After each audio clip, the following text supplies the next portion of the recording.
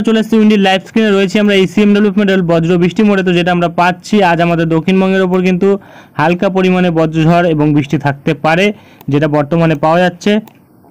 এবং ক্রমশ কোন কোন জেলার ওপর থাকতে পারে তো আমরা দেখব। সর্বপ্রথম দুপুরবেলার দিকে কিন্তু এপাশে দক্ষিণ চব্বিশ পরগনা এবং মুর্শিদাবাদের ওপর থাকার সম্ভাবনা রয়েছে।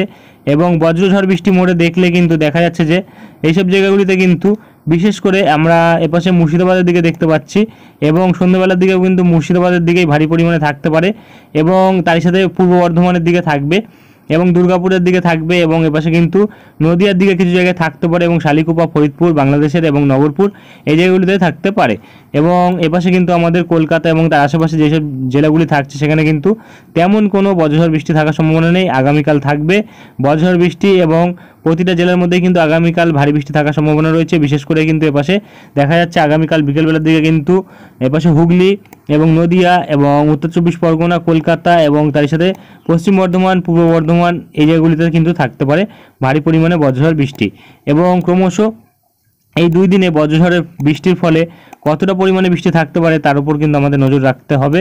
তো মোটামুটি যেটা আমরা পাচ্ছি দেখা যাচ্ছে যে এখানে কিন্তু 17 তারিখ থেকে আগামী দুদিন যদি আমরা দেখি তাহলে কিন্তু দেখা যাচ্ছে মোটামুটি আমাদের কলকাতা, চন্দননগর এবং তার সাথে কিন্তু খড়দহ এবং তার সাথে কিন্তু এপাশে হাবড়া এইসব জায়গাগুলিতে কিন্তু মোটামুটি 20 থেকে 30 মিলিমিটার বৃষ্টি থাকছে। নদিয়ার দিকে পান্ডুয়া, চাকদার দিকে কিন্তু দেখা যাচ্ছে প্রায় 40 মিলিমিটার থাকছে। শান্তিপুর, কৃষ্ণনগরের দিকে কিন্তু 30 মিলিমিটার থাকছে বৃষ্টির সম্ভাবনা এবং এপাশে কিন্তু পশ্চিম বর্ধমানের দিকে 15 মিলিমিটার থাকছে এবং এপাশে পূর্ব বর্ধমানের দিকে কিন্তু 30 মিলিমিটার বৃষ্টি থাকছে।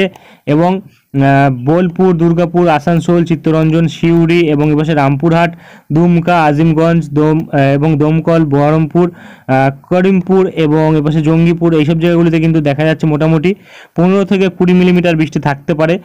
অর্থাৎ আমাদের দক্ষিণবঙ্গে কিন্তু আগামী দুদিনের মধ্যে কিন্তু বৃষ্টি থাকবে জেলাভিত্তিকভাবে। কিন্তু এপাশে উত্তর চব্বিশ পরগনা, কলকাতা, হুগলি, নদিয়া এবং তার সাথে পশ্চিম বর্ধমান, পূর্ব বর্ধমান এবং বীরভূম, মুর্শিদাবাদ এবং নদিয়া এইসব জায়গাগুলিতে কিন্তু বৃষ্টি থাকবে, যেটা আমরা বর্তমানে পাচ্ছি। আগামী দুদিনে কিন্তু থাকবে বৃষ্টি এবং বাংলাদেশের বিভিন্ন জায়গাতে কিন্তু ভারী বৃষ্টি হবে আগামী দুদিনে, যেটা কিন্তু ময়মনসিংহ, সিলেট এই সাইডে হবে এবং আমাদের উত্তরবঙ্গে কিন্তু আলিপুরদুয়ার, কুচবিহারের দিকে ভারী বৃষ্টি হবে। প্রায় 100 মিলিমিটার বৃষ্টি হতে পারে আগামী দুদিনের মধ্যে, যেটা আমরা বর্তমানে পাচ্ছি।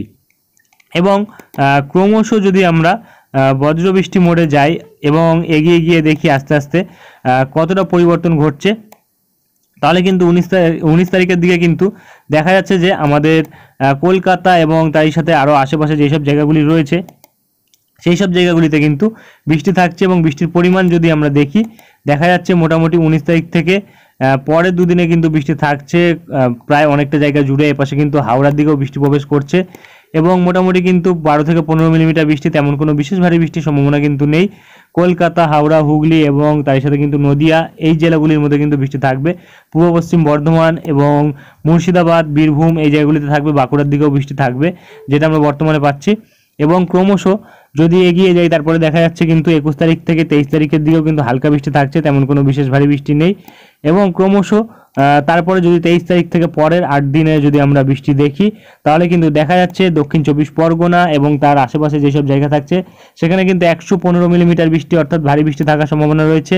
এবং এই ভারী বৃষ্টি থাকার কারণ হচ্ছে আমাদের বঙ্গোপসাগরে বে অফ বেঙ্গলের ওপর কিন্তু একটি ঘূর্ণাবর্ত এবং সিস্টেম, যদি আমরা এটিকে এখন অবধি যা আপডেট পাওয়া যাচ্ছে তাতে কিন্তু দেখা যাচ্ছে এটি কিন্তু অতি গভীর নিম্নচাপ রূপে থাকছে।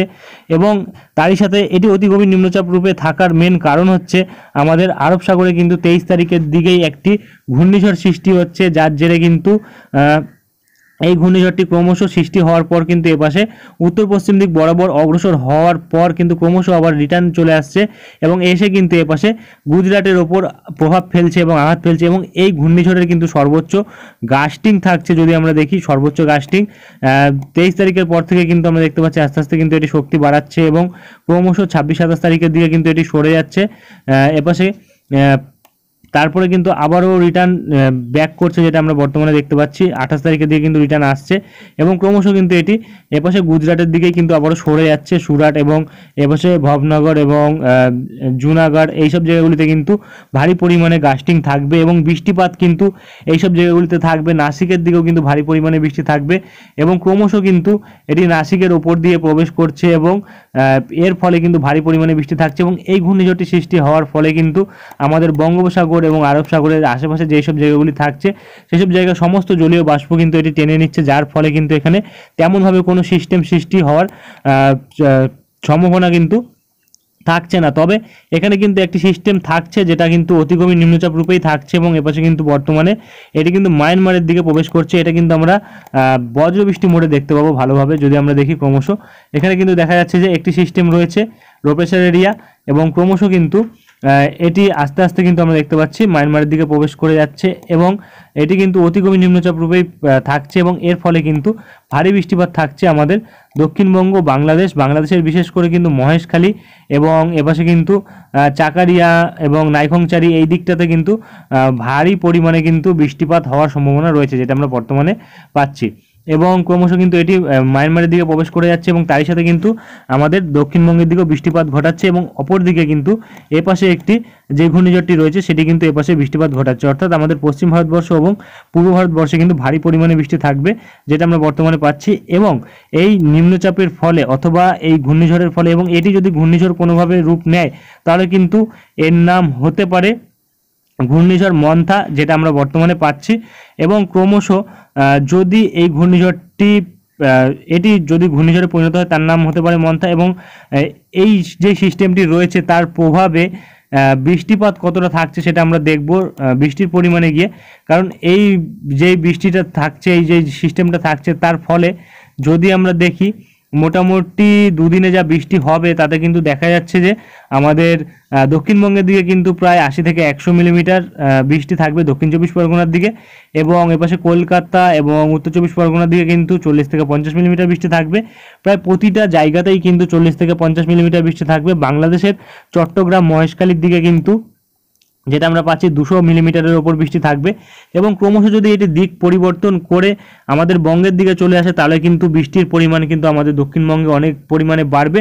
প্রায় 200 মিলিমিটার বৃষ্টি কিন্তু হওয়ার সম্ভাবনা থাকবে, অর্থাৎ বন্যা আশঙ্কা কিন্তু দেখা দিতে পারে এবং আর কিন্তু তেমন কোনো বড় পরিবর্তন এই মুহূর্তে পাওয়া যাচ্ছে না। এরপরে যদি কোনো পরিবর্তন আসে তা আমরা তুলে ধরবো।